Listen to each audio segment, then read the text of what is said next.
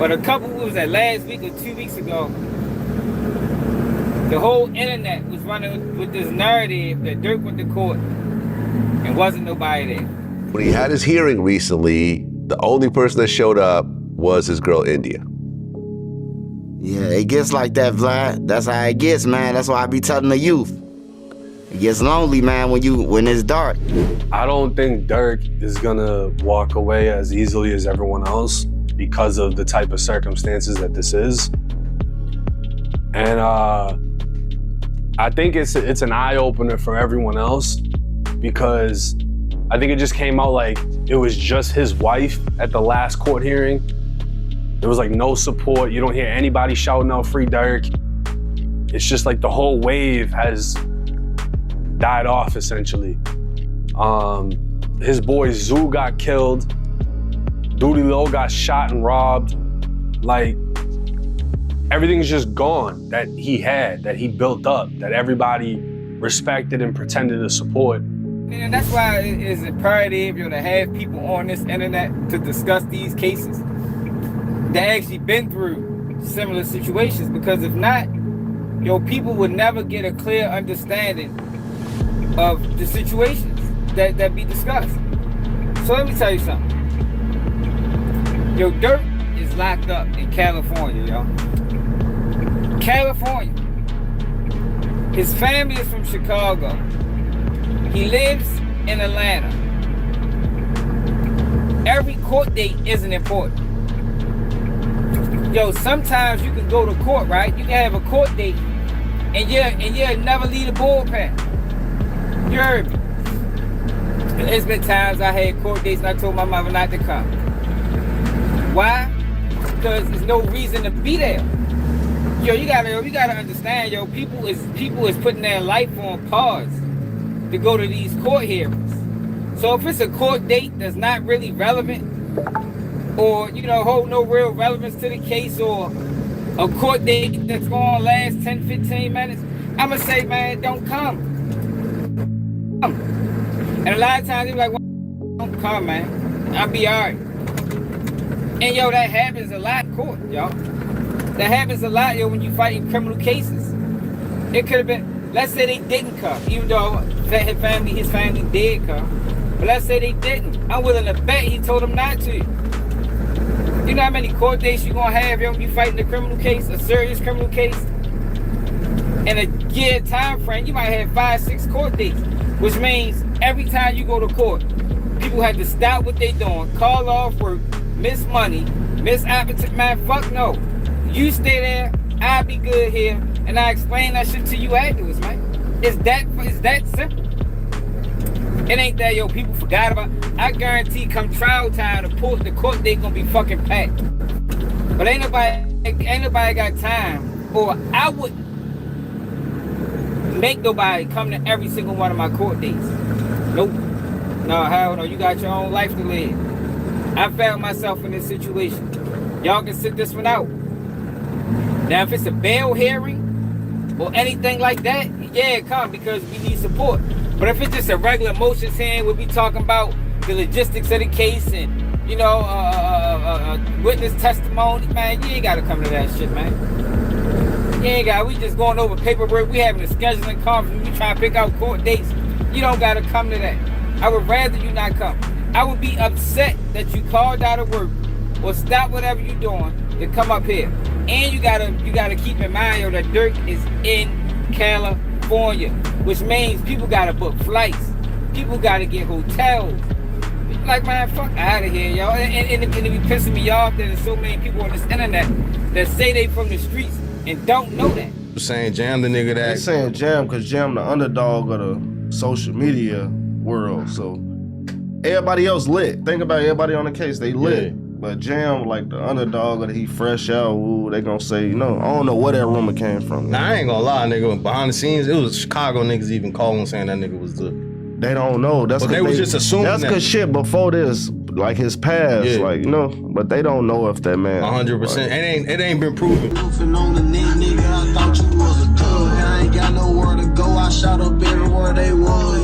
There was a rumor around this time that there was a $1 million bounty on your head. Yeah. Did you hear about it? Yeah.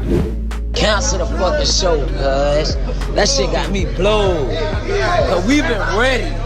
On 6-0, we been ready to put another nigga, under, Oh, hood, cuz. Hey, jump out, shake. 30 clip on me, jump out, shake. Man, that shit got me blown, cuz. Oh, God, I already knew what was going on with you, cuz.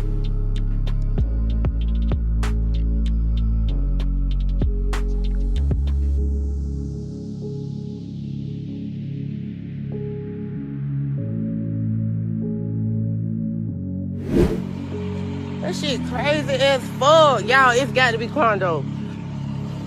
It is, cause everybody, cause I had went to the other Circle K, and they were like, everybody kept talking about the shots that they heard, so evidently what the niggas hit them with was some big shit. Cause niggas were way down the road, and they were like, shit, we heard the shots. I said, how the fuck y'all heard the shots way down here? They were like, hey, whatever the niggas had was big shit. Investigators say the apparent target of this deadly gunfire, a rapper from the Atlanta area. They say a pretty well-known rapper, too, in this area, along with a second person in his black Cadillac Escalade. May have been a relative, may have been a member of his entourage, we don't know, but it's that second person, not the rapper, but the second person who was hit by gunfire, dies from the gunfire. Let's get right into it. Mike, you'll give you a look. The gas station here, this is right across the street from the busy Beverly Center on La Cienega. See all that broken glass there? That's where the Escalade is parked. They're getting gas when all of a sudden the windows are blown out by gunfire. They're under attack by bullets flying all over the place.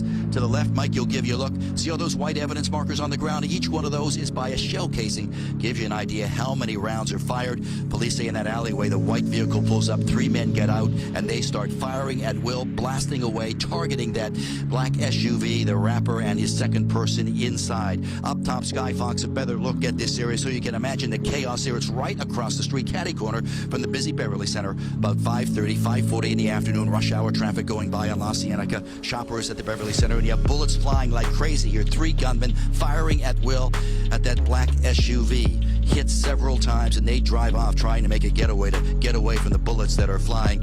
Some more video now, ground video, gives you an idea of how this plays out. So once that SUV is hit by the gunfire, they take off, they hit the gas, and they drive a few blocks away into West Hollywood. They wind up stopping over at Santa Monica and San Vicente, right in the very heart of West Hollywood. You know, over there by the sheriff's station, also by the West Hollywood Park. They pull over there because the wounds to the man who was hit inside the Escalade too severe. He's bleeding. They pull over. 911 is called. Paramedics rush in. They take the injured man who's hit by gunfire to the ER. He does not make it, does not survive. So that area now in West Hollywood, also very busy, as you can imagine, on a Friday night, late summer. That is all tied up as a part of this investigation, a deadly shooting investigation. Then you have the second location here at the gas station where bullets fly. Investigators say the manhunt is on now. The manhunt on for these 3 gunmen who, as one witness said, turned into hitmen, almost execution style. Listen to the lieutenant. They gassed up their vehicle, and as they were getting into their vehicle, a white car approached from the alley. 3 men got out of that car. They were in all dark clothing. They approached, fired numerous shots, and then left in that white car going eastbound in the alley north of Beverly. It does appear that we don't see any kind of argument or anything go on beforehand, so clearly these men came here with a mission in mind. It seemed like OTF broke 600 up though. You got a OTF 600 break everybody up. You got a 600 nigga going around showing OTF. When you come at niggas? OTF, you gotta be 100% OTF, not 99, not 97, not 96, not 98, none of that shit. You gotta be 100%. You gotta put OTF before your mama. I never fell out with OTF. You get what I'm saying? This was the situation. The situation was we had an OTF chat, like where we all talking shit. A group chat. Yeah, where we pull up the video, each other video shoots and all this extra shit, you know what I'm saying? Yeah. So I hit the chat, I'm like, pull up to the video shoot, I'm in the rack. You hear me, motherfucker, pull up to the video shoot. But like I'm telling you, it was niggas in this group chat outside of OTF, like these other different blocks. All right, so let's get to dirt. I'm gonna go to Lord Betrayal page for that. So I did a video earlier, or yesterday, about all the lies being told in Dirt case, yo. Like it's amazing, yo, that these people, DJ, like you got people like Vlad TV who got 1 million, 5 million or more subscribers, right? These academics, about the same. And they bring in Trenches News on their platform to spew rhetoric and lies about Durk case. Like, yo, nothing but lie. Like, yo, it's like these people don't even care about, they don't care about facts. They don't care about the truth. It's like, yo, they're not being responsible with their platforms at all. At all, yo. You bring Trenches News up. Yo, Trenches News has a vendetta against Durk. Me and Trenches News had a back and forth years ago about the Stephon Mack murder and how Durk was going to get charged in that murder and how, you know, all these things. I'm like, yo, no, he not, yo. Because the guys that got arrested for it ain't telling.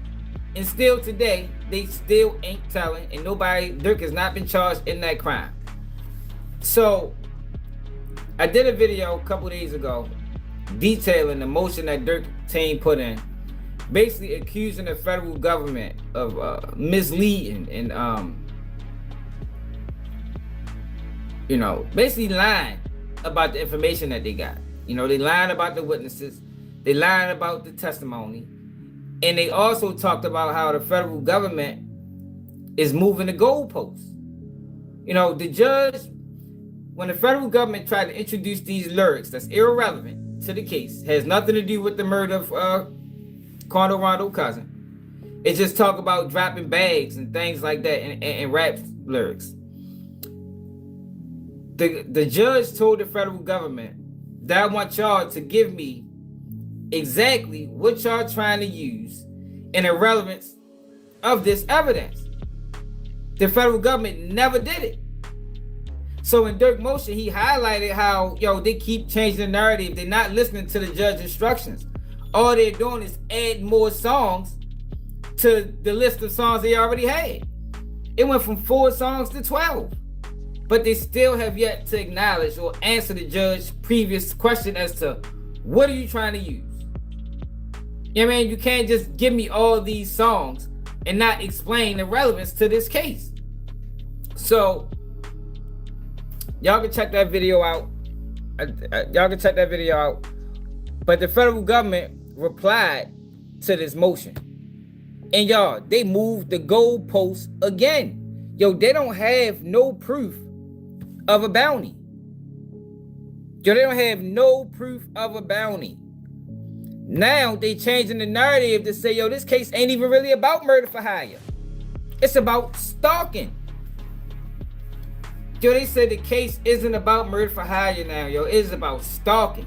That's why they added that into the indictment. So now what it look like they're trying to do is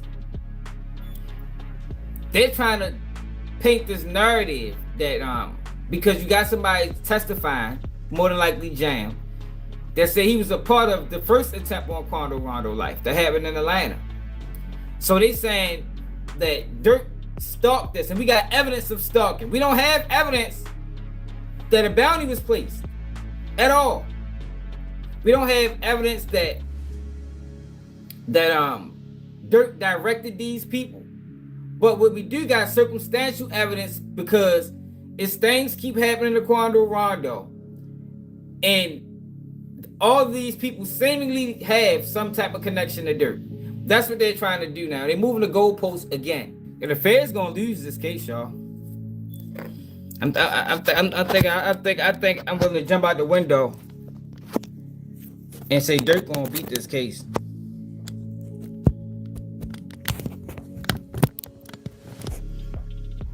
Based off of how the federal government they don't have no evidence.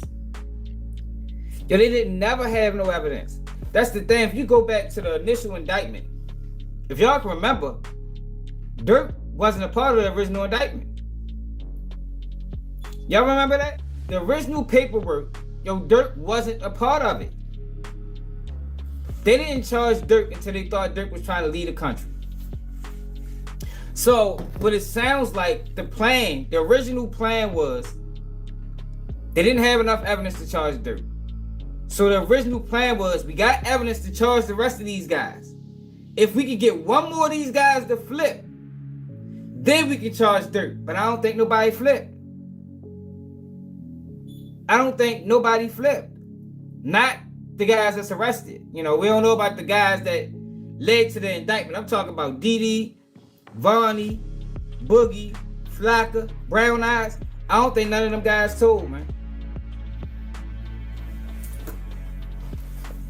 So now the federal government is stuck between a rock and a hard place where we got them charged with these crimes. So we gotta find a way to make it stick. The government files a supplement to clarify one point that has been, what the fuck is this word? Obfuscated. I don't know. By the defense, filing seeking to exclude core evidence at this murder trial. This is a gang murder case where multiple OTF-affiliated co-conspirators traveled across the country to stalk one of defendant Banks and OTF rivals, Taquan Bolden. As the alleged in a superseding indictment, the co-conspirators flew to Southern California to hunt Bowman, stalked them over a 2-day period, and opened fire at a busy gas station, striking and killing SR. And while the government has alleged defendant Banks promised a reward to his co-conspirators if they could catch and kill Bowman, this case is not limited to a murder for hire charge. Look, listen to this, y'all. While the government alleged Banks promised a reward for his co-conspirators if they catch and kill Bowman, this case is not limited to a murder for hire charge. They don't have no evidence of this, y'all. They don't have no evidence. This is just the third that they're running with. But they don't have any proof. The superseding indictment contains multiple counts, including a charge of stalking resulting in death. So now, this is what I mean by they moving the goalposts. Now, this is the charge they're gonna try to get Durk on. They don't think they have him on murder for hire. So it seems like they switching their focus to stalking resulting in death. A broad charge that requires the government to prove the co-conspirators' plan and course of conduct, culminating in SR's death. For all of the reasons set forth in the government's prior briefing, the evidence at issue, including the music admission, outline, blank, are relevant and material to prove core issues for the murder for hire scheme and the stalking and conspiracy charges. Yo, if they can't use this evidence, they fuck around and drop this case. That's why they saying this evidence is principle. They have to get these lyrics in. If you listen to the government, they call it inextricably intertwined. Basically saying that, yo, we can't even go forward without this music. We have to, even though this music don't detail the death, this music isn't talking about the crimes. They saying that this music is so pivotal to their case that, yo, we damn near can't even go forward without it. While defendants filing narrowly focus on whether the disputed benefits the co-conspirator received, see, they don't have no proof of this. While defendants' filings narrowly focus on whether the disputed benefits the co-conspirators received after SR murder fall within Section 1958A quid pro quo requirement, such arguments are immaterial to the admissibility analysis for the stalking charge. You see what I'm saying? They moving the goalposts. They saying, look, fuck murder for hire. We ain't even focusing on that. We're not even focusing on the murder for hire no more. But we don't need this for the stalking charge, which contains no quid pro quo requirement. Put another way, the nature of the promise to pay matters for the murder for hire count, but any reward received for SR murder and the brazen attempts by co-conspirators to kill Bowman, both in Georgia in May of 2021 and Los Angeles on August 18th, 2022, is indisputably relevant to the stalking charge, as previously briefed. So like I said, now they're saying, look, we don't have no proof that Durk dropped any bag. But based off of this witness, we do have proof that at least on 2 attempts, people associated to Durk tried to kill Bowman. That's their case now. That's their case. The benefits received and other disputed evidence are inextricably intertwined and material to prove. Among other things, participation in the murder scheme, the nature of the co-conspirators' relationship, you see what I'm saying? And the structure of OTF, including defendant Banks' leadership of the criminal OTF subgroup. Yo, this is a very low bar that they set now. A very low bar. Now what they're trying to do, now they think they're going to win this case by just showing the look, there's a connection. You know, we don't have any proof that he did anything. But We do have proof that these guys affiliated to him tried to kill these guys. And if you listen to the music, he talk about dropping bags. So you can only imagine, you know, it will only make sense that he played a role in this. That's the narrative that they got right now. Very loose. It is for the jury to decide whether downstream benefits received by murder participants are 1, a reward for killing, and 2, whether they satisfy the quid pro quo requirement of Section 1958A. I think he already beat this, man. They don't have no evidence. I think, what it really all boils down to, I'm thinking Jam is going to be like a Woody. Jam don't seem like he got it all. I think he's going to be like a Woody on the stand. I think he's going to get frustrated. I think if Durk defense attorneys, they have to do a good job of frustrating him. Frustrate him. Make him mad. Make him lash out. If you can make him lash out on the stand, you can convince the jury that, he ain't credible. He ain't credible. He already pled guilty to the motherfucker. I think Durk, he got the discovery. That Durk they got the discovery packet, man. They know who's telling. Based off of that last motion, if you watch the last video I did, based off that last motion, Durk team got the discovery. They know who's testifying. They know who's telling. They know what they're gonna say. They know the evidence. They know.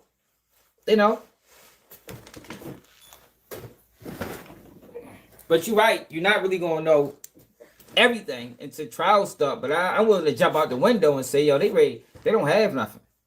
And I think it's gonna be shown based off this paperwork. They don't have nothing. They're not even worried about the murder for hire no more. Like I said, it's just about stalking now. So you got one person that was involved in both these murders, and I think it's Jam. And that person is telling on everything. But you have to have somebody else that can back this up. You understand what I'm saying? It has to be. So it don't have to be, but it would be idealistic for the government to have at least one other person that can back up these claims. And I don't think they got that. I don't think they got that. I think they got one person saying that they was involved in both these murders. And not even that Durk made him do it. That's not what the government is going to prove. The government, they don't have evidence to prove Durk made them do anything. They're going to show music videos and opportunities that things like that to say, look, because this person participated in this crime, look, he brought him a grill. Look, he put him in a song. He don't have no rap songs with him before these crimes occurred. Yeah, but that's loose. That's still like what is that? It's not strong evidence. It's not strong evidence. I think Joy gonna be able to see through that. And I think it really all boils down to the cross-examination. Never fall for the direct. Cross-examination tells you, how this case is gonna go. Diddy won his trial on cross-examination. You understand what I'm saying? And they don't have no real reason as to why these things occurred. Similar to Alicia Andrews' trial. The problem and the reason why they wasn't able to convict her for the murder is because they didn't have no clear evidence that said that she knew anything about the murder. They don't have no clear, similar to Durk case. They don't have any clear evidence other than one person that we don't even know how credible this person is. Though this person is under indictment on a whole nother case. And you got to factor that in as a juror. You have to factor in the fact that this person is under indictment, y'all, because people will say anything under indictment. They will say anything. I told y'all, in my case, a dude pled guilty and he wasn't even there because he was fighting another murder case. And the state allowed him to do it. They allowed him to do it. See, this is the thing. This is why I come at it the way I come at it, y'all, because I know the other side of the system and how predatory it is and the things that they do if they want to get a conviction bad enough. They will do anything. We heard in Preem case, the star witness, he said he never met him. Nobody in the case knew who the star witness was. And he testified into the intricate details of the so-called criminal organization. But this is what the feds do. And this is what Drew Finland is trying to stop in Durk case. He's trying to stop the federal government to be able to coerce this so-called witness on the stand or behind closed doors. You know, give them all the information, because this is what they do. They give them all the information that they need. Some of the information they might not even know. But they try to fill in the gaps for you. So you can get on the stand and make sense of it. The whole time, this person might be lying.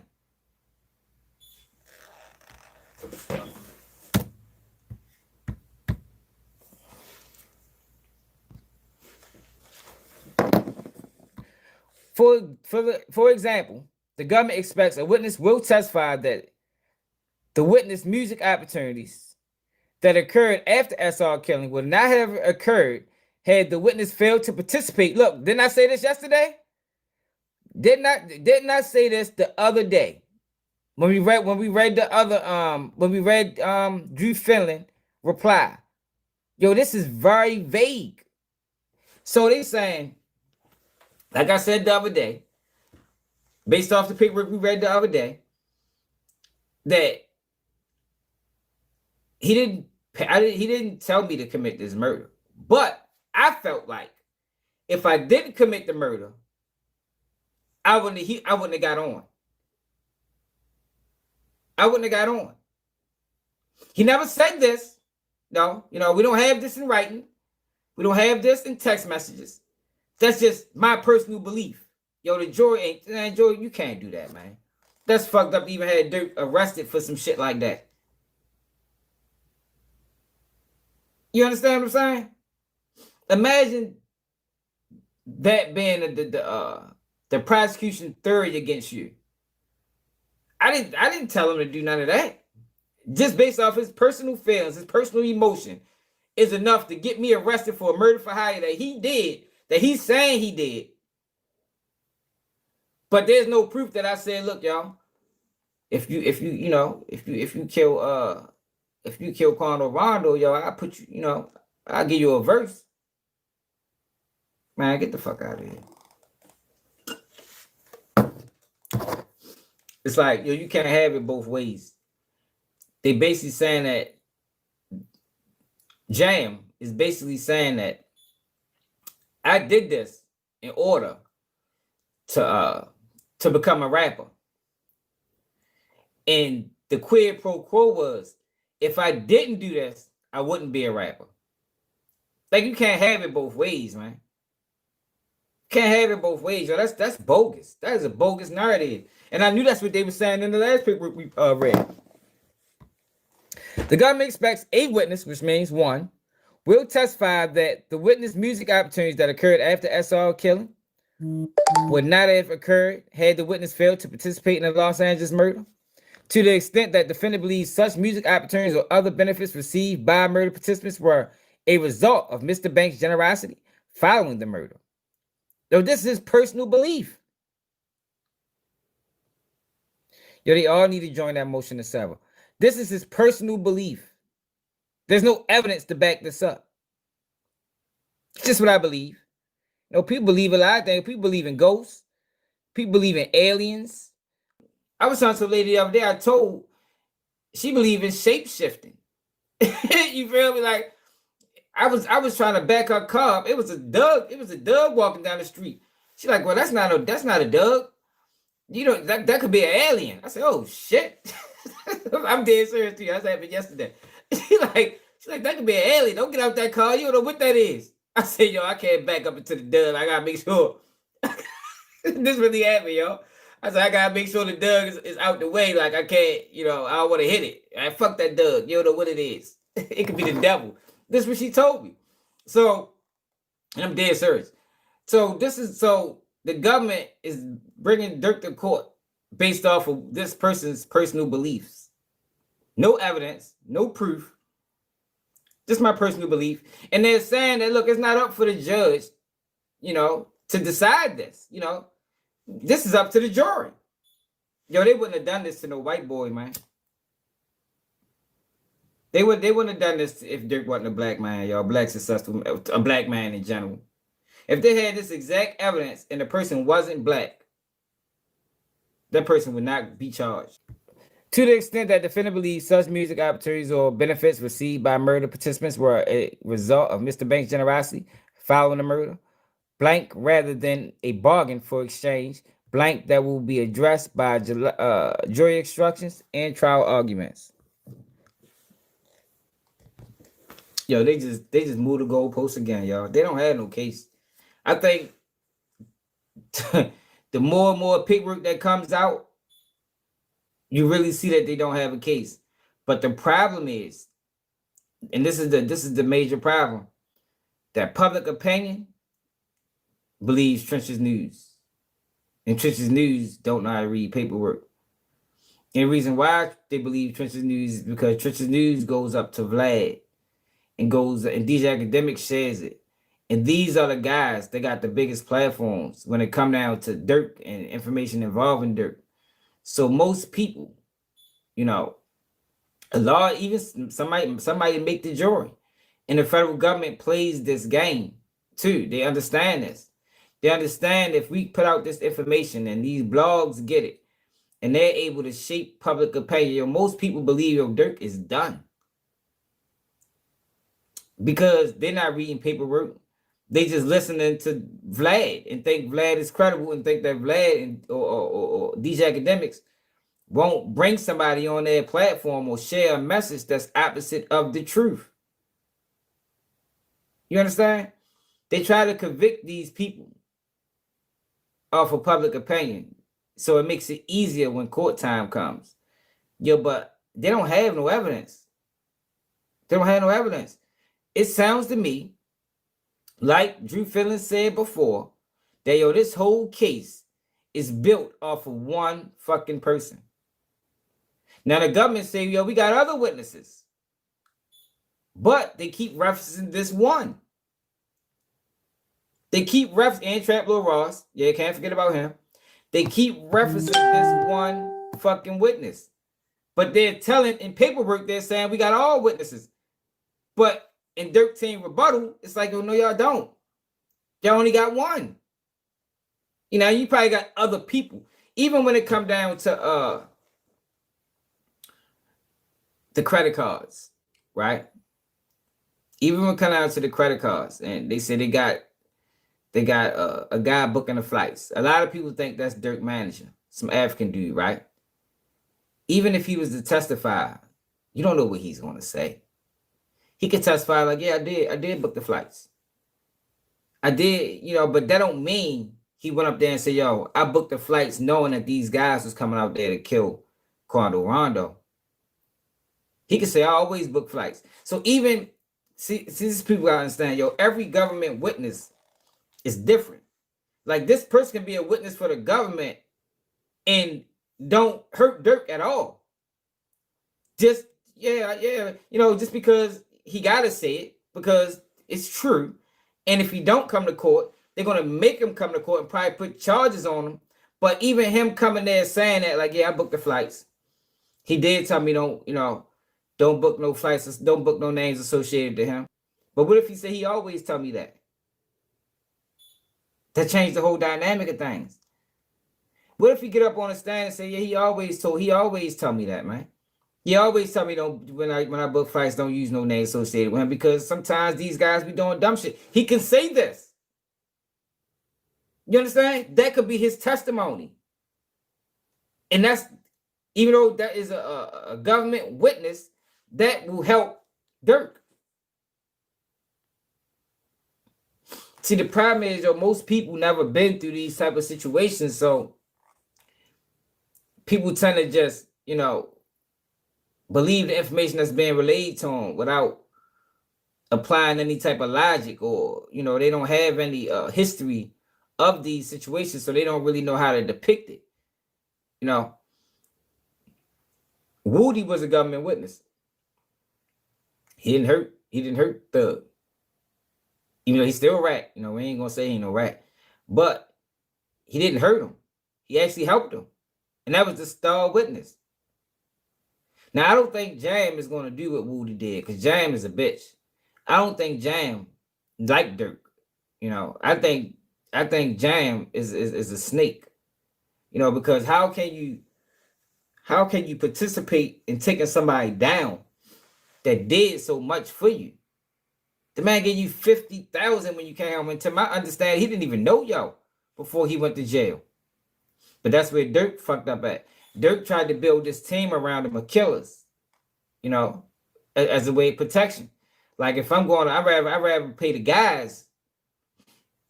But the problem is, all these guys wasn't here. It wasn't his. He was finding guys and listening to, their background and like, yo, he'd be good for my team.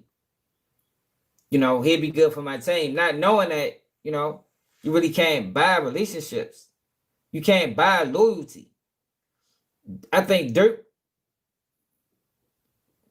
thought he can buy loyalty. Yeah, but know him, like, how long did he know him? How long did Durk know Jam? Did Durk know Jam before Jam went to prison? I don't know.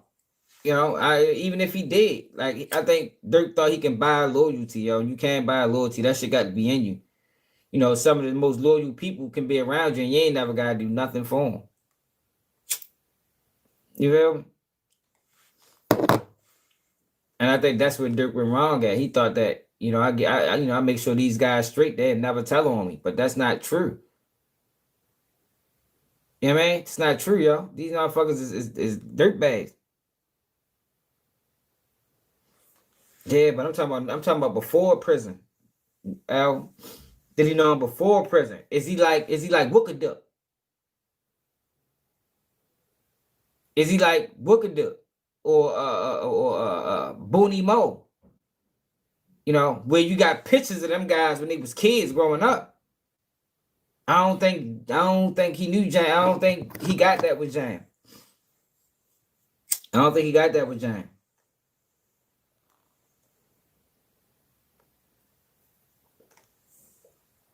So when you said he do got pictures with Jam when they was kids, JB?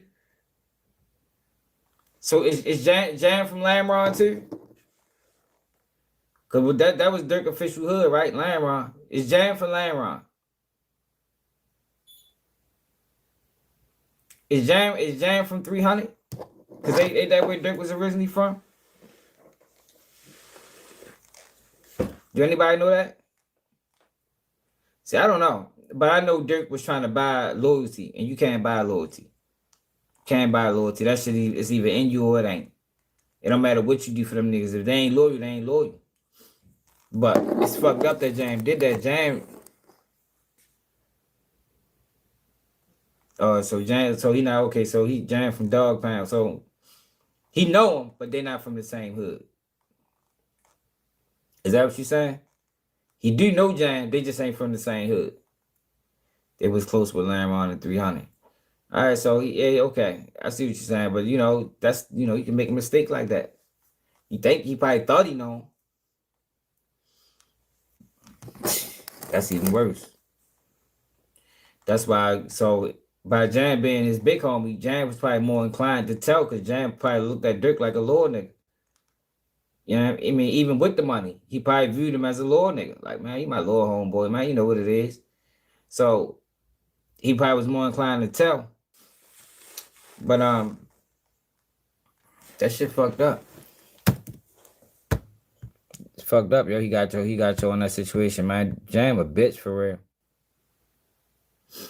I can believe it. You gotta be careful with that too. That's another thing you gotta be careful with. Fucking with niggas that's just coming home. Yeah, man. That man just did 12 years in the joint. Like you say, hey, he try to go back. You feel me? Like, only way Durk should have been fucking with Jam, he shouldn't have had Jam should. I don't know, y'all. I don't even think he should have been fucking with y'all. You know what I mean? I don't even think he should have been. Oh, so that's why he brought him on. That's D-Thing homeboy. Got you. Now that makes sense. So that was D-Thing homeboy. And since D-Thing passed, he probably looked at it like, all right, you know, that was my brother, man. I'm gonna bring him on, yo. You know, for as a way to show my brother loyalty, I'm gonna bring Jam on. Maybe that was the mind frame of going into it. I can see that. I can see that. I get money now. My brother passed. His man come home. Like, man, I know that was your man. If my brother was still alive, he gonna make sure he's straight. So let me make sure he's straight. I can see that type of situation.